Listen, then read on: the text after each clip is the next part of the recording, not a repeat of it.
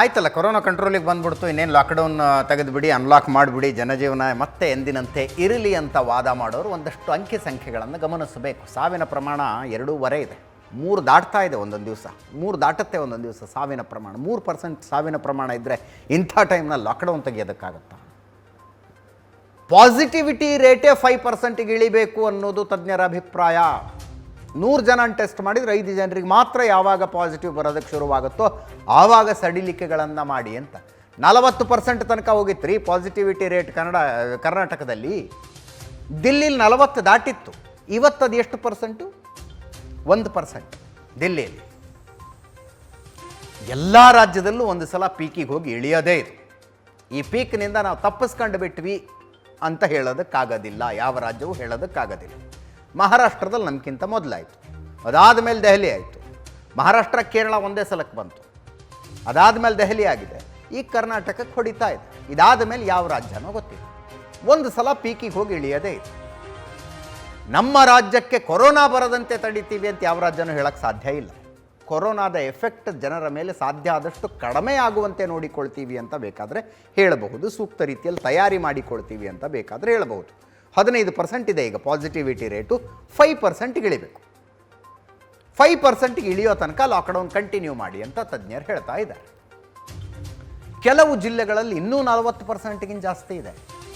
ಕರ್ನಾಟಕದ 15% ಅಂದ್ರೆ ಅದರ ಅರ್ಥ ಏನು? That is the accumulation of all the districts. ಕೆಲವು ಜಿಲ್ಲೆಗಳಲ್ಲಿ ಇನ್ನೂ 40% ದಾಟಿ ಇದೆ. ಪಾಸಿಟಿವಿಟಿ ರೇಟ್ ಕೂಡ ಇಳಿದಿದೆ ಕರ್ನಾಟಕದಲ್ಲಿ. 2 ಸಂಖ್ಯೆಗಳನ್ನು ಒಂದು ಸಲ ತೋರಿಸ್ತೀವಿ. 16,604 ನಿನ್ನೆ ಪತ್ತೆಯಾದ ಕೇಸ್ಗಳು, ಇವತ್ತದ ಆ ಸಂಖ್ಯೆ 14,304. ರಾಜ್ಯದಾದ್ಯಂತ ಇದೆ 14,304. ಬೆಂಗಳೂರಲ್ಲೇ 40,000 ಬಂದಿದ್ದನ್ನು ನೋಡಿದ್ದೀವಿ ನಾವು. ಸಾವು ನಿನ್ನೆ 411, ಇವತ್ತು 464. ಯಾಕೆ ಹಂಗಿದ್ರೆ? ಕಡಿಮೆ ಜನನೇ ಪತ್ತೆಯಾದವರ ಪೈಕಿ ಜಾಸ್ತಿ ಜನ ಸೀರಿಯಸ್ ಆಗಿ ಸಾಯ್ತಾ ಇದ್ದಾರಾ? ಇಲ್ಲ. ಈಗ ಸಂಭವಿಸ್ತಾ ಇರುವ ಸಾವುಗಳು ಈ ಹಿಂದೆನೇ ಪತ್ತೆಯಾದಂಥ ಪಾಸಿಟಿವ್ ಕೇಸ್ಗಳು. ಯಾವಾಗ ಪೀಕಲ್ಲಿತ್ತಲ್ಲ ಕರ್ನಾಟಕದಲ್ಲಿ 15 ದಿವಸ 20 ದಿವಸದ ಹಿಂದೆ, ಒಂದು ಸಲ ಕೊರೋನಾ ಪೇಷಂಟು ICUಗೆ ಹೋದರೆ 15-20 ದಿವಸ ಸಾವು ಬದುಕಿನ ಮಧ್ಯೆ ಹೋರಾಡ್ತಾನೆ. ಅವರ ಪೈಕಿ ಕೆಲವು ಪುಣ್ಯವಂತರು ಹೊರಗೆ ಬರ್ತಾರೆ, ಇನ್ನು ಕೆಲವು ಹತಭಾಗ್ಯರು ಸಾಯ್ತಾರೆ. ಅಂಥ ಸಾವುಗಳು ಈಗ ಇವತ್ತಿನ 14,304 ಇದೆಯಲ್ಲ, ಇವರಲ್ಲಿ ಸಾವಿನ ಪ್ರಮಾಣ ತುಂಬ ಕಡಿಮೆ ಇರುತ್ತೆ. ಅದು ರಿಪೋರ್ಟ್ ಆದರೆ 15 ದಿವಸ ಆದಮೇಲೆ ಆಗುತ್ತೆ. ಈ 464ಕ್ಕೆ ಯಾಕಿದು ರೀಸನ್ ಅಂದರೆ, ಇವರು 15-20 ದಿವಸದ ಹಿಂದೆಯೇ ಕೊರೋನಾ ಪಾಸಿಟಿವ್ ಆದಂಥವ್ರು. ಗುಣಮುಖರಾದಂಥವ್ರು ನಿನ್ನೆ 44,473, ಇವತ್ತು 29,271. ಇದು ಇಡೀ ಬೆಂಗಳೂರಿಂದ, ಇದು ಇಡೀ ಕರ್ನಾಟಕದಾಯಿತು. ಬೆಂಗಳೂರಿನ ಕೇಸ್ ಎಷ್ಟಿತ್ತು ಇವತ್ತು? 3,992 ನಿನ್ನೆ, ಇವತ್ತು 3,418. ಆಫ್ಟರ್ ಲಾಂಗ್ ಟೈಮ್ 4,000 ಒಳಗಡೆ ಇಳೀತು ನೆನ್ನೆ ಸಂಖ್ಯೆ. ಇವತ್ತು ಆ ಸಂಖ್ಯೆ ಇನ್ನೂ ಕಡಿಮೆ ಆಗಿದೆ, 3,418. ನೆನ್ನೆ 242 ಸಾವು, ಇವತ್ತು 276 ಸಾವು. ಗುಣಮುಖರಾದಂಥವರು ನೆನ್ನೆ 20,332, ಇವತ್ತು 5,483. ನಾನು ಓವರಾಲ್ ಕರ್ನಾಟಕದ 15% ಅಂತಿದ್ನಲ್ಲ, ಅದು ಕೆಲವು ಜಿಲ್ಲೆಗಳ ಕಾಂಟ್ರಿಬ್ಯೂಷನ್ನಿಂದ ಹಂಗೆ ಆಗ್ತಾ ಇರೋದು. ಇನ್ನು ಕೆಲವು ಜಿಲ್ಲೆಗಳ ಗಾಬರಿ ಹುಟ್ಟಿಸೋ ಮಟ್ಟಿಗಿದೆ. ಉದಾಹರಣೆಗೆ ಮೈಸೂರಿನಲ್ಲಿ 41% ಇದೆ ಪಾಸಿಟಿವಿಟಿ ರೇಟು. ಪ್ರತಿ 100 ಜನರನ್ನು ಟೆಸ್ಟ್ ಮಾಡಿದ್ರೆ 41 ಜನರಿಗೆ ಪಾಸಿಟಿವ್ ಬರ್ತಾ ಇದೆ ಮೈಸೂರಿನಲ್ಲಿ. 41%. ಡೇಂಜರ್ ಡಿಸ್ಟ್ರಿಕ್ಟ್ಸ್ ಇದು. ಮೈಸೂರು 41% ಇದೆ. ಶಿವಮೊಗ್ಗ 31.99%, ರೌಂಡ್ ಫಿಗರ್ ಮಾಡಿದ್ರೆ 32% ಶಿವಮೊಗ್ಗದ ಪಾಸಿಟಿವಿಟಿ ರೇಟ್. ದಕ್ಷಿಣ ಕನ್ನಡ ಹತ್ತತ್ರ 25%, ಕಾಲು ಭಾಗ ಪಾಸಿಟಿವ್ ಇದ್ದಾರೆ. 100 ಜನ ಟೆಸ್ಟ್ ಮಾಡಿದರೆ 25 ಜನ ಪಾಸಿಟಿವ್ ಬರ್ತಾ ಇದೆ. 24.99% ಪಾಸಿಟಿವಿಟಿ ರೇಟ್. ಚಿತ್ರದುರ್ಗ ಅದಕ್ಕಿಂತ ಸ್ವಲ್ಪ ಕಡಿಮೆ ಇದೆ, 24.88%, ಅದು ಹತ್ತತ್ರ 25%. ಚಿತ್ರದುರ್ಗ ಜಿಲ್ಲೆ ಪಾಸಿಟಿವಿಟಿ ರೇಟನ್ನು ತೋರಿಸ್ತಾ ಇದ್ದೀವಿ ನಾವು. ರಾಜ್ಯದಾದ್ಯಂತ 5%ಗೆ ಇಳಿಬೇಕು ಅಂತ ತಜ್ಞರ ಸಮಿತಿ ಶಿಫಾರಸು ಮಾಡುತ್ತೆ ಅಂದರೆ ಈ ಜಿಲ್ಲೆಗಳು ಬರಬೇಕಲ್ಲ 5%ಗೆ. ಇವನು 40% ಇದ್ಕೊಂಡು ಉಳಿದಿದ್ದೆಲ್ಲ ಜಿಲ್ಲೆಗಳಲ್ಲಿ ಕಡಿಮೆ ಆಗಿದೆ, ಆದ್ದರಿಂದಾಗಿ ಲಾಕ್ಡೌನ್ ವಾಪಸ್ ತಗೊಳ್ತೀವಿ ಅನ್ನೋದಕ್ಕಾಗೋದಿಲ್ಲ. ಹಾಸನದಲ್ಲಿ 24% ಇದೆ ಪಾಸಿಟಿವಿಟಿ ರೇಟ್. ಉತ್ತರ ಕನ್ನಡ 21.33, ಕೋಲಾರ 22.11, ಚಿಕ್ಕಮಗಳೂರು 21.04, 21% ಅನ್ಕೋಬೋದು Chikkamagaluru, round figure. Mandya 19.91% positivity rate ಮಂಡ್ಯದ್ದು. ದಾವಣಗೆರೆ 19.6%. ಟಾಪ್ 10 ಜಿಲ್ಲೆಗಳ ಪಾಸಿಟಿವಿಟಿ ರೇಟನ್ನು ತೋರಿಸ್ತಾ ಇದ್ದೀವಿ. ಅತಿ ಹೆಚ್ಚು ಮೈಸೂರು, ಈ ಟಾಪ್ 10ನಲ್ಲಿ 10ನೆಯದ್ದು ದಾವಣಗೆರೆ 19.6%. ಆ್ಯಕ್ಚುಲಿ ನೀವು ಲಾಕ್ಡೌನ್ ಸಡಿಲಿಕೆ ಅಂದರೆ ಈ 10 ಜಿಲ್ಲೆಗಳನ್ನು ಬಿಟ್ಟು ಉಳಿದ ಕಡೆ ಸಡಿಲಿಕೆ ಮಾಡೋದ್ರ ಬಗ್ಗೆ ಯೋಚನೆ ಮಾಡ್ಬೋದು. ಆದರೆ ಡಿಸ್ಟ್ರಿಕ್ಟ್ ಟು ಡಿಸ್ಟ್ರಿಕ್ಟ್ ಟ್ರಾವೆಲಿಗೆ ಅಷ್ಟು ದೊಡ್ಡ ರಿಸ್ಟ್ರಿಕ್ಷನ್ನೇ ಇಲ್ಲ. ಜನ ಆರಾಮಾಗಿ ಓಡಾಡ್ಕೊಂಡಿದ್ದಾರೆ. ಮೈಸೂರಿಗೆ ಹೋಗಿ ಬರೋಕ್ಕೆ ಬೆಂಗಳೂರಿನವ್ರಿಗೆ ಏನೂ ಭಯ ಇಲ್ಲ. ಹೋಗ್ತಾರೆ ಬರ್ತಾರೆ. ಹಿಂಗಿದ್ದಾಗ ಕಂಟ್ರೋಲ್ ಮಾಡೋದು ಕಷ್ಟ ಆಗುತ್ತೆ.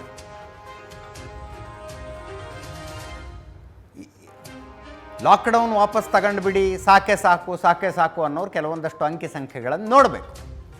ಪರ್ 15 ಡೇಸನ್ನು ಬೈಫರ್ಕೇಟ್ ಮಾಡಿ ತೋರಿಸ್ತಾ ಇದ್ದೀವಿ ನಾವು. ಏಪ್ರಿಲ್ 1ನೇ ತಾರೀಕು if you consider as the beginning of the second wave, ಎರಡನೇ ಅಲೆಯ ಪ್ರಾರಂಭ ಏಪ್ರಿಲ್ 1 ಅಂತ ಅಂದ್ಕೊಂಡ್ರೆ ಮೊದಲ 15 ದಿವಸದಲ್ಲಿ ಪತ್ತೆಯಾದ ಒಟ್ಟು ಕೇಸ್ಗಳು 1,12,646. ಮೊದಲ 15 ದಿವಸ ಇದು, ಏಪ್ರಿಲ್ 1ರಿಂದ ಏಪ್ರಿಲ್ 15 ತನಕ. ಏಪ್ರಿಲ್ 16ರಿಂದ ಏಪ್ರಿಲ್ 30 ತನಕ ಎರಡನೇ 15 ದಿವಸ, ಏಪ್ರಿಲ್ 2ನೇ ಭಾಗದಲ್ಲಿ ಕೇಸ್ ನೋಡಿ ಎಷ್ಟಾಯಿತು. ಅಲ್ಲಿ 1,12,000 ಇದ್ದಿದ್ದು ಇಲ್ಲಿ 4,13,000 ಆಯಿತು ಪತ್ತೆಯಾದ ಕೇಸ್ಗಳು. ಈ ಒಂದು ತಿಂಗಳ case 5,26,000. This is the beginning of the second wave. ಎರಡನೇ ಅಲೆಯ ಪ್ರಾರಂಭ ಆಯಿತು. ಎರಡನೇ ಅಲೆಯ ಪ್ರಾರಂಭದ ಮೊದಲ 15 ದಿವಸ 1,12,000 ಕೇಸ್ ಆದರೆ ಎರಡನೇ 15 ದಿವಸ 4,13,000 ಕೇಸ್ ಪತ್ತೆಯಾಗ್ತವೆ. ಎಲ್ಲ ಸೇರ್ಕೊಂಡು 5,26,000. ಈ ಮೇ ಫಸ್ಟ್ ಹಾಫ್ ನೋಡಿ, ಮೇ 1ರಿಂದ ಮೇ 15 ತನಕ ಪತ್ತೆಯಾದ ಈ 15 ದಿವಸದಲ್ಲಿ ಪತ್ತೆಯಾಗಿದ್ದ ಕೇಸ್ ಇವು 6,48,789. 15 ದಿವಸದಲ್ಲಿ ಕರ್ನಾಟಕದಲ್ಲಿ ಪತ್ತೆಯಾಗಿದ್ದು. ಈ 45 ದಿವಸದ ಒಟ್ಟು ಕೇಸ್ ಎಷ್ಟಾಯಿತು? 11,74,927 ಆಯಿತು. ಇಲ್ಲಿಂದ ನೀವು ಕಡಿಮೆ ಆಗ್ತಾ ಬಂತು. ಮೇ 15ರಿಂದ ಕಡಿಮೆ ಆಗ್ತಾ ಬಂತು. ಕಡಿಮೆ ಆಗಿದ್ದಾದರೂ ಎಷ್ಟು?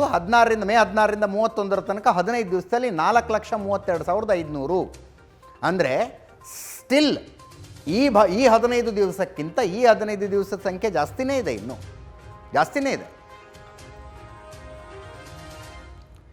16,07,427 ಆಗಿದೆ ಇಲ್ಲಿಗೆ ಮೇ ಎಂಡ್ವರೆಗೂ ಕೇಸು. ಈ ಸಂಖ್ಯೆ ಇದೆಯಲ್ಲ, ಕೊನೆ ಪಕ್ಷ ಇಲ್ಲಿಗೆ ಬರೋ ತನಕ, ಈ ಹಂತಕ್ಕೆ ಬರೋ ತನಕ ಆದರೂ ಸ್ವಲ್ಪ ತಾಳ್ಮೆಯಿಂದ ಕಾಯ್ಬೇಕು ನಾವು. ಮೇ ಮೊದಲನೇ ಹಂತ, ಅದರ ಒಟ್ಟು case 10 lakh. First wave corona ಕರ್ನಾಟಕದಲ್ಲಿ ಟೋಟಲ್ ಕೇಸ್ ಬಂದಿದ್ದೆ 10 ಲಕ್ಷ ಒಂದು ವರ್ಷದಲ್ಲಿ. ಕಳೆದ ವರ್ಷ ಮಾರ್ಚ್ನಿಂದ ಈ ವರ್ಷದ ಮಾರ್ಚ್ ತನಕ 10 ಲಕ್ಷ ಟೋಟಲ್ ಕೇಸು. ಇಲ್ಲಿ 15 ದಿವಸದಲ್ಲಿ ನೋಡಿ ಎಷ್ಟು ಬಂತು? 6,48,000. ಈ 2 ತಿಂಗಳಲ್ಲೇ 16 ಲಕ್ಷ ಬಂದುಬಿಡ್ತು. ಮೊದಲನೇ ಅಲೆ ಒಂದು ವರ್ಷದಲ್ಲಿ 10 ಲಕ್ಷ ಕೇಸ್ ಬಂದರೆ ಎರಡನೇ ಅಲೆ 2 ತಿಂಗಳಲ್ಲೇ 16 ಲಕ್ಷ ಕೇಸ್ ಕೊಡು. ಆ ಕಾರಣಕ್ಕೆ ಹೇಳ್ತಾ ಇದ್ದೀವಿ, ತುಂಬ ಒತ್ತಡ ಹಾಕಬೇಡಿ ಯಾರ ಮೇಲೂ. ಈ ಲಾಕ್ಡೌನ್ ಯಾಕೆ ಬೇಕು, ಸಾಕು ಕಂಟ್ರೋಲಿಗೆ ಬಂತಲ್ಲ ತೆಗೆದು ಬಿಡಿ, ಇನ್ನು ಬೇಡ. Have patience. ಒಂದು ಸಲ ಇನ್ನೊಮ್ಮೆ ಈ ಅಲೆ ಪಿಕಪ್ ಆಯ್ತು ಅಂದರೆ ತಡ್ಕೊಳ್ಳೋಕ್ಕೆ ಯಾವನಿಗೂ ಆಗೋದಿಲ್ಲ. ಇನ್ನೊಂದು ಸ್ವಲ್ಪ ದಿವಸ ತಾಳ್ಮೆಯಿಂದ ಇರೋಣ. ಕಷ್ಟ ಆಗ್ತಿದೆ ಗೊತ್ತು ನನಗೆ, ವಿಶೇಷವಾಗಿ ದುಡಿಯುವ ವರ್ಗಕ್ಕೆ, ಕಾರ್ಮಿಕ ವರ್ಗಕ್ಕೆ ಕಷ್ಟ ಆಗ್ತಾ ಇದೆ. ಲಾಕ್ಡೌನ್ನಿಂದ ಆಗುವ ಕಷ್ಟ ದೊಡ್ಡದು, ಕೊರೋನಾ ಬಂದರೆ ಆಗುವ ಕಷ್ಟ ದೊಡ್ಡದು. Let us compare. ಜಾನ್ ಹೈ ತೋ ಜಹಾನ್ ಹೈ, ಪ್ರಾಣ ಇದ್ದರೆ ಪ್ರಪಂಚ. ನಾವು ಸೇಮ್ ಅಂಕಿ ಸಂಖ್ಯೆಯನ್ನು ಸಾವುಗಳ ಲೆಕ್ಕದಲ್ಲಿ ತೋರಿಸ್ತಾ ಇದ್ದೀನಿ ನಾನು. ಮೊದಲನೇ 15 ದಿವಸ ಎಷ್ಟಾಯಿತು, ಆಮೇಲೆ 15 ದಿವಸ ಎಷ್ಟು. ಏಪ್ರಿಲ್ 1ರಿಂದ 15, April 1 beginning of the second wave ಅಂತ ಅಂದ್ಕೊಂಡ್ರೆ ಮೊದಲ 15 ದಿವಸ ಏಪ್ರಿಲ್ ತಿಂಗಳಲ್ಲಿ 545 ಒಟ್ಟು ಸಾವಿದು. ಆಮೇಲೆ ಒಂದೊಂದು ದಿವಸ ಇಟ್ಟು ಸಾವು ನೋಡಿದ್ದು ನೆನಪಿದೆಯಾ ನಿಮಗೆ? ಒಂದೊಂದು ದಿವಸದ ಸಾವಿನ ಸಂಖ್ಯೆ ಇಷ್ಟಾಗಿದೆ. ಮೊದಲ 15 ದಿವಸದಲ್ಲಿ ಸತ್ತ ಒಟ್ಟು ಸಂಖ್ಯೆ 545. ಇಲ್ಲಿ ನೋಡಿ ಏಪ್ರಿಲ್ 16ರಿಂದ 30 ತನಕ ಎರಡನೇ 15 ದಿವಸದಲ್ಲಿ ಸಾವಿನ ಸಂಖ್ಯೆ ಎಷ್ಟಾಯಿತು? 2,411. 4 ಪಟ್ಟು ಜಾಸ್ತಿ ಆಯಿತು ಸಾವಿನ ಸಂಖ್ಯೆ. ಅಲ್ಲಿಗೆ 2,956 ಒಂದು ತಿಂಗಳಲ್ಲಾಯಿತು ಡೆತ್ತು. ಇಲ್ಲಿ ನೋಡಿ ಮುಂದಿನ ಮೇ 1ರಿಂದ ಮೇ 15 ದಿವಸದಲ್ಲಿ 5,911 ಆಯಿತು ಸಾವಿನ ಲೆಕ್ಕ. ಬರೀ 15 ದಿವಸದ್ದು ಇದು. ಪ್ರತಿ 15 ದಿವಸಕ್ಕೆ ಸಾವು ಹೆಂಗೆ ಏರ್ತಾ ಹೋಯಿತು ಅನ್ನೋದನ್ನು ತೋರಿಸ್ತಾ ಇದ್ದೀವಿ. ಇಲ್ಲಿಗೆ 1.5 ತಿಂಗಳಲ್ಲಿ ಒಟ್ಟು ಸಾವು 8,867 ಆಯಿತು. ಇದು ನೋಡಿ ಪೀಕು. ಇದು ಕಡಿಮೆ ಆಗಬೇಕು. ಇದರ ಪ್ರಮಾಣ 1% ಬರಬೇಕು ಅಂತ ತಜ್ಞರು ಹೇಳ್ತಾ ಇರೋದು. 7,656 ಮೇ 16ರಿಂದ ಮೇ 31 ತನಕ 15 ದಿವಸದಲ್ಲೇ ಆದಂಥ ಒಟ್ಟು ಸಾವು 7,656. ಅಲ್ಲಿಗೆ ಒಟ್ಟು ಸಾವು 16,523. ಕೊರೋನಾ ಪತ್ತೆಯಾಗ್ತಾ ಇರುವವರ ಸಂಖ್ಯೆಯ ಗ್ರಾಫ್ ಇಳಿದಿದ್ದನ್ನು ನೋಡಿದ್ರಿ, ಸಾವಿನ ಗ್ರಾಫ್ ಇಳಿತಾ ಇಲ್ಲ, ಮೇಲೆ ಹೋಗ್ತಾನೆ ಇದೆ ಇದು. ಅಫ್ಕೋರ್ಸ್ ಇಲ್ಲಿ ಮೃತಪಟ್ಟಂಥವರ ಪೈಕಿ ಬಹುತೇಕ ಜನ ಈ ಹಂತದಲ್ಲಿ ಪಾಸಿಟಿವ್ ಪತ್ತೆ ಆದವರು ಅಥವಾ ಈ ಹಂತದಲ್ಲಿ ಪಾಸಿಟಿವ್ ಪತ್ತೆ ಆದಂಥವ್ರು. ಆದರೆ ಈ ಸಂಖ್ಯೆನೂ ಇಳಿಬೇಕಲ್ಲ. ಈಗ ನೀವು you can walk into hospital and get an oxygen bed. Oxygen ನಿಮಗೆ ಸಿಕ್ಕಿಬಿಡುತ್ತೆ ಸುಲಭವಾಗಿ. ICU ಬೇಕಂದರೆ ಸಿಗಲ್ಲ, ಯಾಕಂದರೆ ಪೇಷಂಟ್ಸ್ ಇದ್ದಾರಲ್ಲಿ. ವೆಂಟಿಲೇಟರ್ ಬೇಕಂದರೆ ಸಿಗಲ್ಲ, ಯಾಕಂದರೆ ಪೇಷಂಟ್ಸ್ ಇದ್ದಾರಲ್ಲಿ. ವೆಂಟಿಲೇಟರ್ ICUಗಳ ಮೇಲಿನ ಒತ್ತಡ ಕಡಿಮೆ ಆಗೋ ತನಕ, ಮರಣ ಪ್ರಮಾಣ 1%ಗೆ ಇಳಿಯೋ ತನಕ ಈ ಲಾಕ್ಡೌನ್ ಕಂಟಿನ್ಯೂ ಆಗಬೇಕಾಗುತ್ತೆ, ಮುಂದುವರಿಬೇಕಾಗುತ್ತೆ. 1 ವರ್ಷದಲ್ಲಿ 13, 2 ತಿಂಗಳಲ್ಲಿ ಒಂದು ವರ್ಷದಲ್ಲಿ 13,000 ಸಾವು, 2 ತಿಂಗಳಲ್ಲಿ 16,523 ಸಾವು. This is the comparison between first wave and second wave. ಮೊದಲನೇ ಅಲೆ ಮತ್ತು ಎರಡನೇ ಅಲೆಗೂ ಮಧ್ಯದ ಹೋಲಿಕೆ.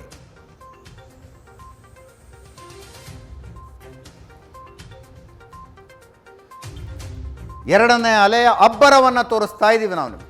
ಪಾಸಿಟಿವಿಟಿ ರೇಟ್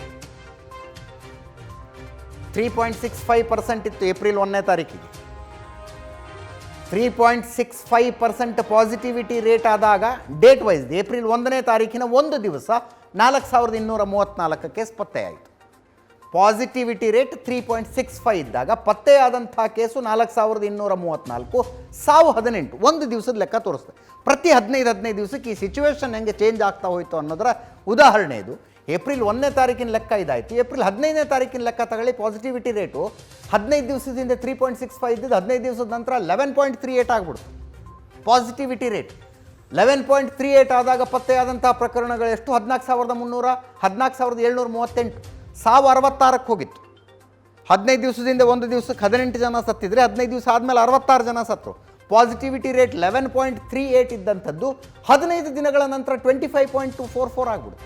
25.44% ಆಯಿತು. ಆವತ್ತು ಪತ್ತೆಯಾದಂಥ ಕೇಸ್ಗಳು 48,296. ಆವತ್ತಿನ ಒಂದು ದಿನದ ಸಾವು ಏಪ್ರಿಲ್ 30ನೇ ತಾರೀಕು 217 ಆಗಿತ್ತು. ಪಾಸಿಟಿವಿಟಿ ರೇಟ್ ಇಲ್ಲಿಂದ ಕೆಳಗೆ ಇಳಿತಾ ಬಂತು. 35%, 25 ಇದ್ದದ್ದು 15 ದಿವಸ ಬಿಟ್ಟು 35,020 ಆಯಿತು. ಆದರೆ ಪತ್ತೆಯಾದಂಥ ಕೇಸ್ಗಳ ಸಂಖ್ಯೆಯಲ್ಲಿ ಇಳಿಮುಖ ಆಗಿತ್ತು. ಯಾಕಂದರೆ ನಂಬರ್ ಆಫ್ ಟೆಸ್ಟ್ ಜಾಸ್ತಿ ಆದ ಕಾರಣಕ್ಕಾಗಿ 41,664. ಆದರೆ ಸಾವುಗಳ ಸಂಖ್ಯೆಯಲ್ಲಿ ಈ ಗ್ರಾಫ್ ಏರ್ತಾನೇ ಬಂತಿತ್ತು. ಸಾವಿನ ಮೇ 15ನೇ ತಾರೀಕು 349 ಆಗಿತ್ತು ಸಾವು. ಈಗ ಮೇ 31 411 ಸಾವಾಗಿದೆ. ಪಾಸಿಟಿವಿಟಿ ರೇಟ್ ಇಳಿದಿದೆ 13.51%. ಪತ್ತೆಯಾದಂಥ ಕೇಸ್ಗಳು 16.604, 16,604. ಸೆಕೆಂಡ್ ವೇವ್ನ ಪೀಕ್ ಹೆಂಗೆ ಹೋಯಿತು, ಹೆಂಗೆ ಇಳಿತು ಅನ್ನೋದನ್ನು ತೋರಿಸ್ತಾ ಇದೆ. ಪತ್ತೆಯಾದಂಥ ಕೇಸ್ಗಳು ಮತ್ತು ಪಾಸಿಟಿವಿಟಿ ರೇಟ್. ಪತ್ತೆಯಾದಂಥ ಕೇಸ್ನಲ್ಲಿ ಹೈಯೆಸ್ಟ್ ಡೇ ಯಾವುದು, ಸಾವಿನಲ್ಲಿ ಹೈಯೆಸ್ಟ್ ಡೇ ಯಾವುದು, ಪಾಸಿಟಿವಿಟಿ ರೇಟ್ನಲ್ಲಿ ಹೈಯೆಸ್ಟ್ ಡೇ ಯಾವುದು ಅನ್ನೋದನ್ನು ತೋರಿಸ್ತಾ ಇದ್ದೀನಿ. ಮೇ 5ನೇ ತಾರೀಕು ಪತ್ತೆಯಾದ ಕೇಸ್ಗಳ ವಿಷಯದಲ್ಲಿ ದಾಖಲೆ ಬರೆಯಲ್ಪಟ್ಟಂಥ ದಿನ. ಮೇ 5ನೇ ತಾರೀಕು 50,112 ಕೇಸ್ಗಳ ಪತ್ತೆ ಆದವು ಒಂದೇ ದಿವಸ. ಮೇ 5 ಕೇಸ್ ಪತ್ತೆ ವಿಷಯದಲ್ಲಿ ರೆಕಾರ್ಡ್ ಬ್ರೇಕ್ ಆಯ್ತು. ಸಾವಿನ ವಿಷಯದಲ್ಲಿ ರೆಕಾರ್ಡ್ ಬ್ರೇಕ್ ಆಗಿದ್ದು ಮೇ 23ನೇ ತಾರೀಕು 624 ಸಾವುಗಳು ಒಂದೇ ದಿವಸ. ಪಾಸಿಟಿವಿಟಿ ರೇಟ್ ಪೀಕಿಗೆ ತಲುಪಿದ್ದು ಮೇ 17ನೇ ತಾರೀಕು 39.70. ಹತ್ತತ್ರ 40% ಕರ್ನಾಟಕದ ಪಾಸಿಟಿವಿಟಿ ರೇಟ್ ತಲುಪಿದ್ದು ಮೇ 17ನೇ ತಾರೀಕು. 18ರ ನಂತರ ಅದು ಇಳಿತಾ ಬಂತು. ಮೇ 23ರ ನಂತರ ಸಾವಿನ ಸಂಖ್ಯೆ ಇಳಿಯುತ್ತೆ ಏರುತ್ತೆ. ಆದರೆ ಮೇ 23ನೇ ತಾರೀಕು ಆದಷ್ಟು ಸಾವು ಯಾವತ್ತೂ ಆಗಲಿಲ್ಲ ಕರ್ನಾಟಕದಲ್ಲಿ. ಮೇ 5ನೇ ತಾರೀಕು ಪತ್ತೆ ಆದಂಥ ಪ್ರಕರಣಗಳು ಮತ್ತೆ ಪತ್ತೆ ಆಗಲಿಲ್ಲ. 50,000 ದಾಟಿತ್ತು ಅವತ್ತಿನ ಸಂಖ್ಯೆ.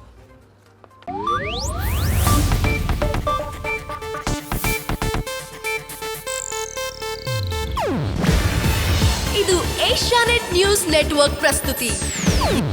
ನೀವು ನೋಡ್ತಿದ್ದೀರಾ ಏಷ್ಯಾನೆಟ್ ಸುವರ್ಣ ನ್ಯೂಸ್.